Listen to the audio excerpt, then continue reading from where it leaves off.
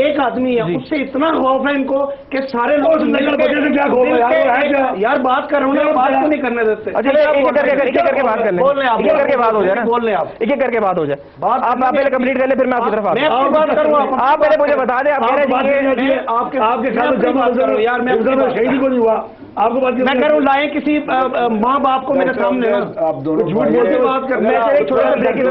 ایک چھوٹا سا بریک لیتے ہیں, چھوٹے سے بریک کے بعد بول بول کر 4 سال حکومت ڈسکشن کو جاری رکھتے ہیں. ایک چھوٹا سا بریک ہے, اس بریک کے بعد یہ سوال ضرور میمو اسکینڈل کے حوالے سے, مشرف صاحب کے حوالے سے بھی جاری رکھیں گے. نیوز 1 دیکھتے رہے گا. ایک چھوٹے سے بریک آپ کو دوبارہ جوائن کریں. جو ہیلتھ کی بات کر ہیلتھ کی بات ہو رہی تھی, میں بس اتنی بات بتا دوں. پنجاب میں جو آج تک پنجاب میں کسی نے بددیانتی کی تو وہ فکس ہوئے بغیر بچ نہیں سکا. رائے یہ سوال یہ بہت بڑا واقعہ ہوا ہے, اور جتنا بھی دکھ اس پہ کیا جائے کم ہے. اس کے حقائق قوم کے سامنے آئیں گے, جیسے ہم میمو گیٹ میں حقائق قوم کو جاننے کے لیے ہم سپریم کورٹ بتانے کے لیے گئے. رائے یہ سوال کہ مشرف کو انشاءاللہ میں پہلے دن سے کہا. آپ کورٹ میں جائیں گے پہلے یہ بتا رہے ہیں, آپ پہلے والے معاملے کے اوپر آپ ہیلتھ پہ کہہ رہے ہیں جی, آپ ہیلتھ والے معاملے پہ کورٹ میں جائیں گے. ہمارے پاس ہے تو وہ اس کی شفاف انکوائری مطلب پہنچی ہے نا, انکوائری ہوگی شفاف طریقے سے, پنش ہوگا, وہ بچ نہیں سکتا. اس کے جس کو جو بھی ہوگا اتنا بڑا بھی مسئلہ ہوگا, وہ ہوتا ہے میاں شہباز شریف کا تو بچ نہیں سکتا.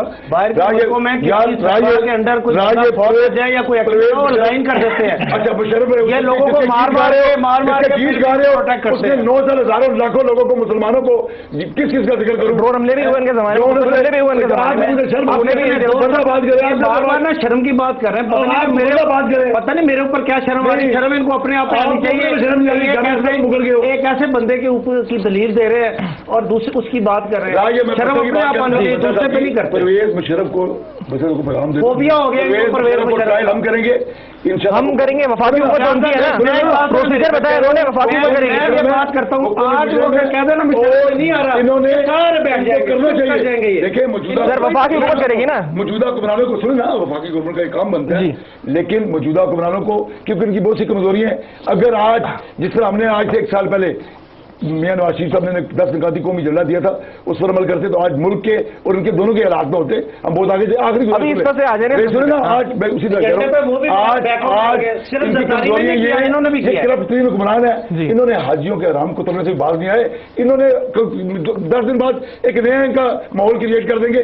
یہ تو وقت گزارتے ہیں نا اصولاً. اگر ان میں ذرا بھی اصول ہے اور ان میں ذرا پاکستانیت ہے تو پرویز مشرف کو آج فیڈرل گورنمنٹ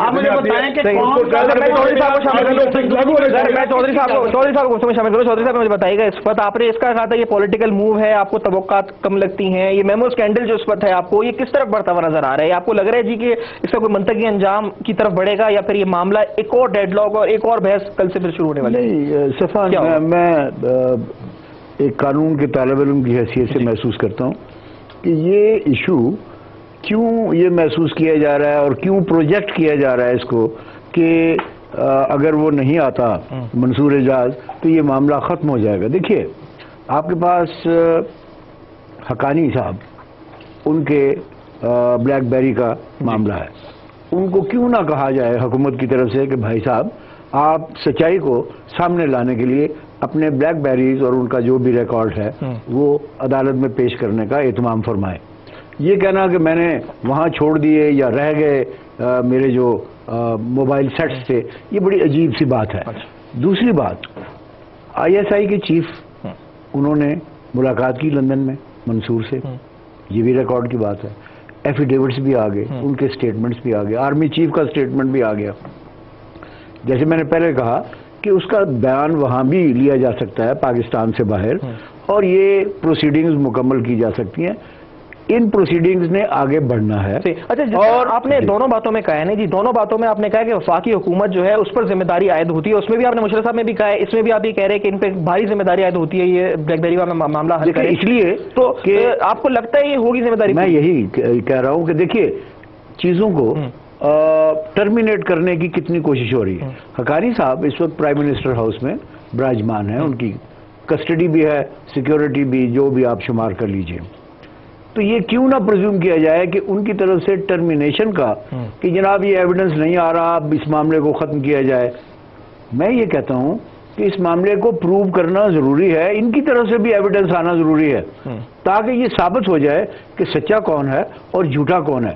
اور یہ ضروری اس لیے ہے کہ پاکستان کی سالمیت، ساورینٹی، سیکیورٹی اور دیگر ایشوز کے حوالے سے اس کیس میں کنکلوژن اور نتائج برآمد ہونے چاہیے.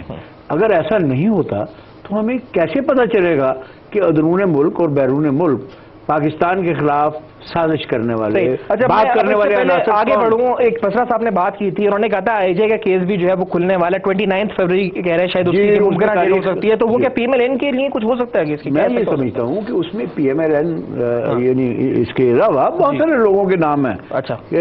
اور اسلم بیگ صاحب نے باقاعدگی سے کئی دفعہ یہ بات ایڈمٹ کی ہے کہ انہوں نے کوئی غالباً 11 یا 13 کروڑ روپے جو ہیں وہ تقسیم کیے. میں یہ سمجھتا ہوں کہ یہ بھی ضروری ہوگا کہ تقسیم کرنے والوں کو بھی پوچھا جائے کہ آپ کو کس نے اختیار دیا اور یہ روپیہ جو ہے قوم کا کیا اسی طرح سے استعمال کرنے کا ہے. دیکھیں یہ وقت آ گیا ہے کہ ہر ذمہ دار شخص کو جتنی اس کی لائبلٹی ہے، جتنی پینلٹی اس پہ آ سکتی ہے، وہ ضرور تعین ہونا چاہیے.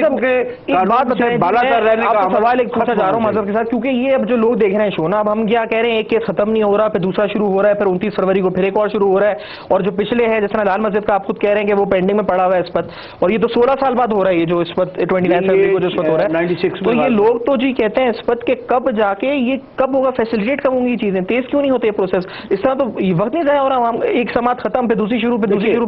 بات یہ ہے کہ بعض ایشوز قومی نوعیت کی ہوتی ہے اور پریفرنس ڈیفینیٹلی آتا ہے، لیکن عوام الناس کے جو ایشوز ہیں، مقدمات ہیں، یقیناً میں نے پہلے بھی یہ کہا، اب بھی یہ کہوں گا کہ چیف جسٹس پاکستان کو اور سپریم کورٹ کو ایسے بینچز کی تشکیل ضرور دینی چاہیے جس میں عام آدمی کے مقدمات کا سلسلہ جو ہے وہ بھی اپنے انجام کو پہنچے. ایک تھوڑا سا کام اس سلسلے میں پچھلے چند ہفتوں سے شروع ہو بھی گیا ہے، کیونکہ بڑے بینچز میں فرض کریں 17 جج صاحبان بیٹھ گئے یا 9 بیٹھ گئے یا 11 بیٹھ گئے یا 7 بیٹھ گئے. تو اب یہ ہو رہا ہے کہ یہ پروسیڈنگز ہوتی ہیں اور پھر کچھ وقت دوسرے مقدمات کے لیے بینچز اپنا کام کرتے ہیں. میں یہ سمجھتا ہوں کہ اس سلسلے میں پیش رفت آپ دونوں کی طرف آنا چاہوں گا. آپ پنڈی سے کھڑے ہوتے ہیں الیکشنز میں، آپ جیتے بھی ہیں، اس وقت سیٹ ہے آپ کے پاس، اور آپ کا سر ارادہ ہے ادھر سے کھڑے ہونے کا الیکشنز میں؟ دیکھتے ہیں ہے ارادہ اے پی ایم ایل کا الیکشن بات رہتے تو کیوں نہیں لڑیں گے، اور اے پی ایم ایل کا فل کنٹیسٹ کرنے کا ارادہ ہے الیکشن؟ بالکل کریں گے، بالکل کر رہے ہیں الیکشن کے اگر پارٹی نے اجازت. اور توقعات کیا ہیں جی کہ الیکشن کے اندر کیا ایکسپیکٹیشنز کیا ہیں اگر وہ واپس آتے ہیں تو؟ نہیں، ہر آدمی توقعات کے ساتھ اترتا ہے نا، یہ تو لوگوں کی مرضی ہے نا وہ کیا فیصلہ کرتے ہیں. اور اگر مشرف صاحب واپس آتے ہیں اور آ رہے ہیں نہیں آ رہے پہلے یہ بتا دیں، اس کے بعد آتے ہیں تو کیا آئیں گے؟ وہ کوئی ڈیٹ فریم ڈیٹ ابھی کل پرسوں اناؤنس کر دیں گے، کل پرسوں اناؤنس کرنے والے ہیں ڈیٹ.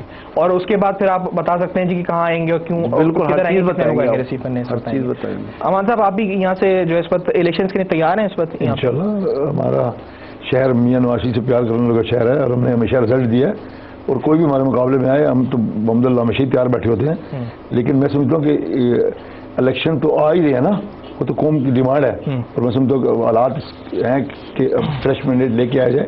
لیکن اس سے اس سوال سے زیادہ یہ سوال ہے کہ آج جو ملک کے حالات ہیں بالکل، اور جس طرح ایک بین الاقوامی سازش ایک بار پھر بنی جا رہی ہے، تو اس کے لیے ہم ذہنی طور سے یہ بتائیے گا 2008 کی جو پارلیمنٹ آئی ہے اس وقت وجود میں آئی ہے اس وقت، اس پارلیمنٹ کا جیسے کہتے ہیں کہ الیکشن جلدی ہوتے ہیں قبل اس وقت انتخابات جس کی بات بھی ہو رہی ہے 2012 میں، اور مشرف صاحب کو یہ آرٹیکل 6 جس کے قرارداد ہوتی ہے یہ نہیں ہوتا، تو آپ سمجھتے ہیں اس پارلیمنٹ کی کارکردگی پر ایک داغ لگا رہے گا جی؟ یہ ایسا ہوگا؟ ریپیٹ کریں. یہ عرصہ گزر جاتا ہے پارلیمنٹ کا اور جس طرح سینیٹی قرارداد ہے اس پہ عمل درآمد نہیں ہوتا مشرف صاحب کے خلاف، تو یہ سینیٹ اور یہ پارلیمنٹ کی کارکردگی پر بدنما داغ ہوگا؟ رہے گا بالکل، کوئی تاریخ میں رہے گا. اور آج سینیٹ میں جس طرح متفقہ طور پر قرارداد اب منظور کر لی، اس کے بعد تو میں سمجھتا ہوں کہ اب اس میں کوئی باقی نہیں رہی، اور فیڈرل گورنمنٹ کا حق بنتا ہے کہ اب وہ بالکل صاف نیتی کے ساتھ ایک قومی مجرم کو اس کے انجام تک پہنچانے میں اپنا رول ادا کریں. صحیح. اور ٹائمنگ صحیح ہے اس قرارداد کی؟ دیکھیے ٹائمنگ کچھ بھی ہو سکتی تھی، لیکن میں گزارش کرتا ہوں کہ دیکھیے ہمارے پاس تو ہمارے پاس تو عددی اکثریت نہیں تھی، ہم تو 92 لوگ تھے، 90 لوگ ہیں. آج پیپلز پارٹی کو نے کب کہا تھا کہ 3 نومبر کا اقدام غیر آئینی ہے اور اس کے بعد اس پہ یہ ریزن کا کیس ہونا چاہیے؟ کتنا عرصہ ہو گیا؟ 2-2.5 سال ہو گئے نا. 2009 میں، ٹھیک ہے، جولائی 2000 میں 2-2.5 سال ہو گئے نا جب انہوں نے کہا ہوا ہے. تو ان کو چاہیے تھا کہ اسی وقت قرارداد لاتے، لا کے مقدمہ لانچ کرتے اور اس کو پکڑ کے لاتے. نہیں کیا یہ دونوں کی کٹھی حکومت.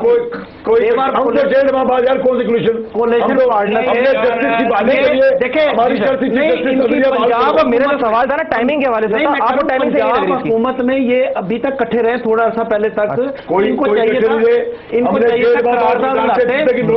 میں کہہ رہا ہوں یہاں کوئی کلرکی نہیں چھوڑتا، ہم نے 16 وزارتیں چھوڑی اصولوں پر. اچھا میں چودھری صاحب آپ کی طرف آتا ہوں. طور پہ جی بنیادی طور پہ میرا خیال ہے کہ وکلاء کا اور بیشتر حلقوں کا یہ مطالبہ رہا کہ پرویز مشرف کے خلاف آرٹیکل 6 کی کارروائی فیڈرل گورنمنٹ شروع کرے. فیڈرل گورنمنٹ نے دانستہ طور پر اس سے اعتراض کیا اور اغماض برتا. کیوں؟ اب میرا یہ خیال ہے، کیوں ذرا سن لیجئے.